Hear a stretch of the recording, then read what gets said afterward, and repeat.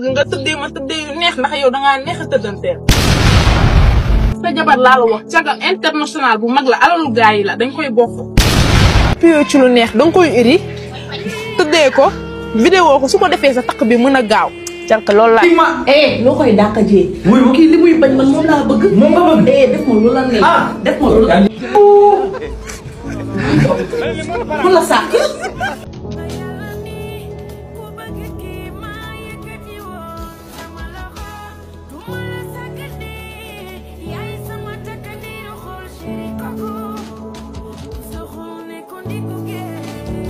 La loi sénégalaise. Je m'appelle Taylor. dëkk fii ci Sénégal màggee fii ci Sénégal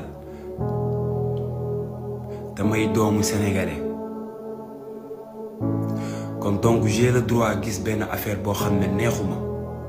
ba daal di koy dénoncer te gëm naa ni nu ma neexul noonu la naqari tamit de yeneen sénégalais ou sénégalaises te amuñu kàddu wax moo tax ma taxaw ci sama côté ci benn jeune influenceur te gëm naa bu ma mënul influencer kenn am na ci kenn même bu dee benn nit boo xam ne bëggee na ma loolu muy leen dëgg kon ci benn nit boobu tamit aussi nekkul Guinéen mais sénégalais la ou sénégalaise kon war nañ gis ci loo xam ne neexuñu ñu daal di koy dénoncer muy lan muy ces genre de contenu yi nga xam ne dafa salte soit kàddu lay doon wala action pour nag mu dakk lenn rek la il faut que loi bi jug ci lu mel nii bu ñu bëggee suñu réew dox il faut que ci loi bi jug ci genre yu mel nii képp kuy def contenu yu salte yi ñaaw ay daan dafa war a dal sa kaw parce que ñii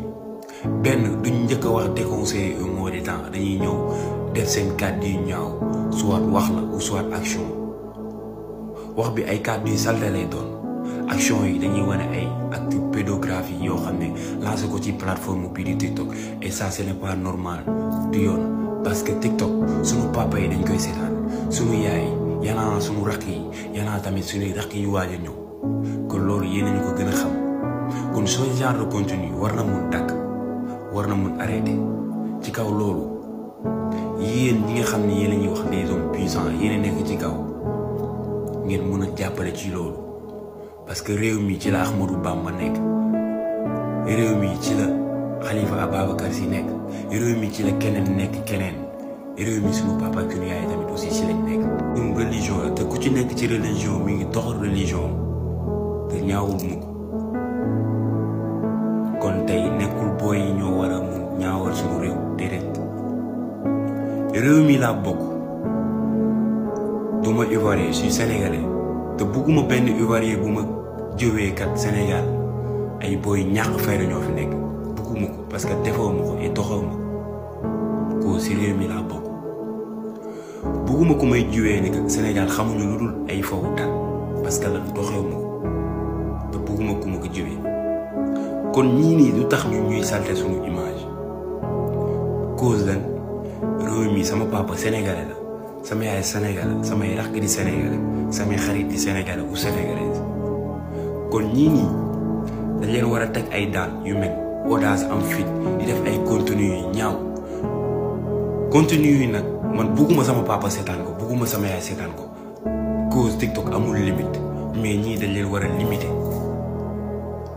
bugguma di toog ak sama yaay mu koy gis ma toog ma xam ne sama yaay gis na ces genre de contenu bugguma loolu am naa ci droit parce que ci réew mi laa bokk fii laa juddoo te gëm naa nu ma ko deful am na samay moroom yu deful lu mel noonu kon yéen ñi ngeen xam ne yéen a jiite réew mi ou quoi que ce soit wala la loi genre contenu dama bëgg man mu jeex te gëm naa ni ma ko bëggee mu jeex yanaa tamit aussi ñu bëggee ñu mel noonu tamit mu jeex parce que suñu réew mi du ñun ñoo ko liggéey maam borom Touba ñu bëri ñoo xeex islam ba tey voilà kon ndaw yi fii waru ñoo mun tax suñu réew war a mun yàqu te ñoom tuuti nañ ci du ñu yàq réew mi